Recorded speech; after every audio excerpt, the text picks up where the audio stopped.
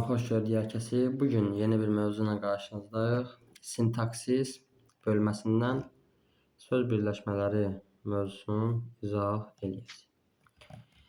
Görək bu söz birləşməsi nədir? Sintaksis qrammatikanın bir şöbəsi olaraq söz birləşmələrini, cümlələri öyrənir. Söz birləşməsi, indi görək söz birləşməsi nədir?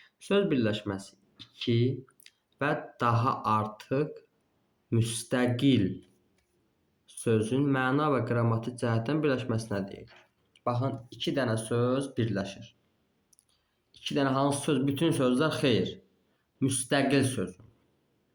Baxın, müstəqil sözlər var, qeyri-müstəqil. Müstəqil həmin bu leksik mənası olan sözlərdir və əsas hissələri. Qeyri-müstəqil köməkçilik hissələri. Yəni onların ayrı-ayrı bir mənası olmur. Burada onu deyir ki, mütləq iki və daha çox müstəqil mənalı söz birləşməlidir ki, söz birləşməsi yaransın. Müstəqil sözlər əsas nitq hissələridir. Köməkçi nitq hissələri söz birləşməsi yarada bilmir. Köməkçi nitq hissələri qoşma, bağlayıcı əda söz birləşmələri tərkibində iştirak edə bilər.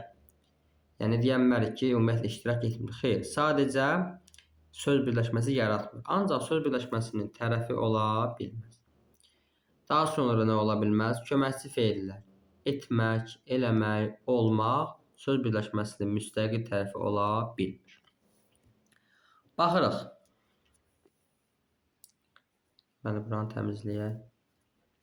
Söz birləşməsi qızıl saat. Qızıl saat, isim, isim. Həyat yolu, hər ikisi müstəqil məna. Həyatın mənası, müstəqil məna. Daha çox oxuyanda, müstəqil məna. Gözləri nəmli, müstəqil. Baxın, çox oxuyanda iki söz. Bu daha onun tərkibində getmir. Çünki köməkçi nitq hissəsi. Söz birləşməsi deyil. Evə tərəf. Niyə? Çünki tərəf nədir? Qoşmaq. Kömək etmək. Yuxarı nə dedik? Etmək birləşməsinin tərəfi deyil. Kömək etmək sadəcə sözdür. Sənin üçün. Üçün qoşmadır. Olmur. Yerdə baxın bir söz qalır. Bizdən əvvəl. Əvvəl qoşmadır, yerdə bir söz qalır. Daha rahat tapmaq üçün testlərdə həmin köməkçilik hissəsinin üzərindən xətt çəkirik. Bilirik sadədir, ya söz birləşməsidir, ya mürəkkəb söz birləşməsidir və s. Elə rahat tapırıq. Deməli, söz birləşmələri quruluşca iki qrupa bölünür. Bir sadə olur və mürəkkəb olur. Yəni düzəltmə olmur. Sadə və mürəkkəb. Sadə iki müstəqil sözdən ibarətdir. Yəni iki müstəqil söz birləşir. Sadə söz birləşməsi yaradır. Sadə həyat, yaşamaq üçün həvəs. Baxın, üçünü seçməyib, görürsünüz. Üçün üstünə xətt çəkirik, iki dənə söz qaldı. Bəli, şərtimizi ödədi. İki müstəqil söz deyir də burada. Evə tərəf yol. Dedik, nə edirik? Köməkçilik hissəsi üzərindən xətt çəkirik. Evə yol qalır. Bu da olur bizim sadə söz birləşməsi. Sadə söz birləşməsi neçə sözdən ibarət oldu? İki müstəqil mənalı sözdən ibarət oldu. Daha sonra gəldik mürəkkəbə. 3 və daha artıq. Yəni 2-dən artıq da. 3 və daha artıq müstəqil mənalı. Yəni müstəqil mənalı sözdən ibarətdir. Dünyanın qədim şəhərləri. 1. Dünyanın. 2. Qədim. 3. Şəhərlər. Görürsünüz, 3 dənə müstəqil mənalı söz var.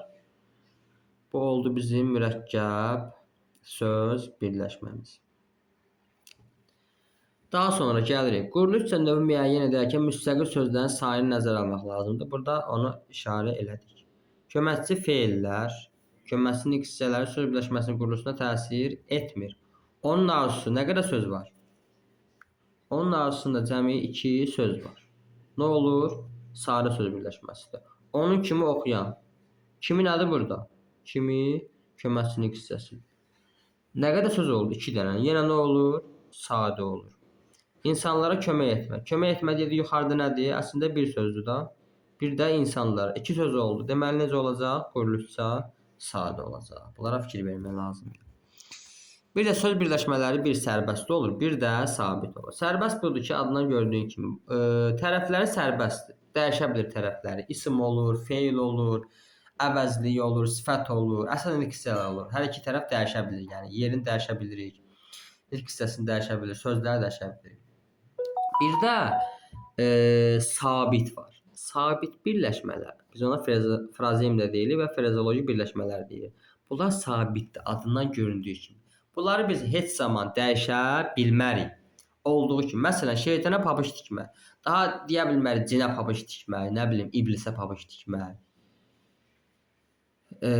Başqa şey pabuç tikmək deyə bilmirik. Necə qəlibləşmiş formada elə deyirik. Yəni onun tərəflərini ayıra bilmirik. Düzdür, şəkilçi qoşa bilərik. Amma ki, o da qrammatik şəkilçi. Tərəflərini dəyişə bilmirik. Məsələn, deyirəm ki, məktəbin həyəti. Bu sərbəst söz birləşməsi, düzdür. Məktəbin həyəti dəyişirəm. Evin həyəti, bağçanın həyəti, binanın həyəti göstərib dəyişə bilirəm. Amma deyirəm ki, hirsindən zəncir çeynəmək. Hirsindən dəmir çeynəmə deyə bilmirəm. Hirsindən və yaxud başqa şey çeynəmə deyə bilmirəm. Yəni sabiti dəyişə bilmirəm, amma sərbəsti dəyişə bilirəm. Məsələn, baxın, sabit birləşmələr sadədir. Sadə söz birləşməsi. Çünki bir dənə söz var. Ümumiyyətlə söz birləşməsinin tərkibini ayıra bilmərik. Məsələn, deyə bilmərik ki, şeytana pabuç tikməkdə şeytana tamamlıqdır, pabuç tikmək xəbərdir. Bunu deyə bilmərik. Çünki əslində o bir sözdür. Baxın, ağlı başına gələndə bu bir sözdür. Görürsünüz? Bir söz burada, bir də anarın. Nə qədər söz oldu? Bir burada, bir də burada. Nə olacaq? Sadə söz birləşməsi olacaq. Daha sonra gəlirik söz birləşməsinin tərəflərinə. Söz birləşməsində deyirik ki, iki tərəf olur. Necə iki tərəf olur? Yəni əsas və asıl tərəf əsasən iki tərəf olur. Birinci tərəf həmişə nədir? Aslıdır. İkinci tərəf isə əsasdır. Birinci aslı, ikinci əsas. Birinci tabedir, ikinci nədir? Tabe edəndir. Yəni özündən əvvəlki tabedir. Məsələn, mənim arzumu götürürük. Mənim nədir? Birinci tərəfdir. Nədir? Tabe olandır. Deməli, mənim olacaq nə? Aslı, arzum olacaq əsas. Deməli, mövzunun izahı bura qədər. Bir də burada qeydlər var, fərqli cəhətlər, bir də oxşar cəhətlər. Deməli, söz birləşməsi var, söz var. Baxırıq. Söz birləşməsi sözlərdən düzəlir, amma söz səslərdən düzəlir. Söz birləşməsi konkret ad bildirir. Məktəb həyəti daha konkretdir da. Amma deyirik ki, həyət. O qədər həyət var ki, konkret deyil, ümumidir. Sintaktikdir, sintaktik vahiddir, amma söz leksik vahiddir. Söz birləşməsi cümlənin mürəkkəb üzvüdür, amma söz cümlənin sadə üzvüdür. Tərəflərin öz müstəqil vurğusu olur söz birləşməsində. Çünki iki dənə söz olur, hər sözündə öz vurğusu olur. Amma sözdə bir söz olduğuna görə təbii ki, bir dənə vurğu olacaq. Söz birləşməsi quruluşca necə olur dedik? Bir sadə olur, bir də mürəkkəb olur. Düzəltmə ola bilmir. Amma söz sadə də olur, düzəltmə də olur, mürəkkəb də olur. Söz birləşməsində dedik, əsas tərəf olur, yəni ikinci tərəf, asıl tərəf olur, birinci tərəf. Amma sözdə belə bir şey olmur. Gəlirik oxşar cəhətlərə. Hər ikisi əşya və hadisələri adlandırır. Məsələn, ağac, bir də şam ağacı. Hər ikisi əşyanı adlandırdı. Hər ikisi cümlə üzvü olur. Mehman, baxın, mehman burada mübtədadır. Mənim qardaşım nədir? Söz birləşməsidir, xəbərdir. Hər ikisinin başlanğıc forması olur. Ümidi bilik yarışına dəvət etdilər. Burada baxın, ümidində ümiddir, bilik yarışında bilik yarışıdır.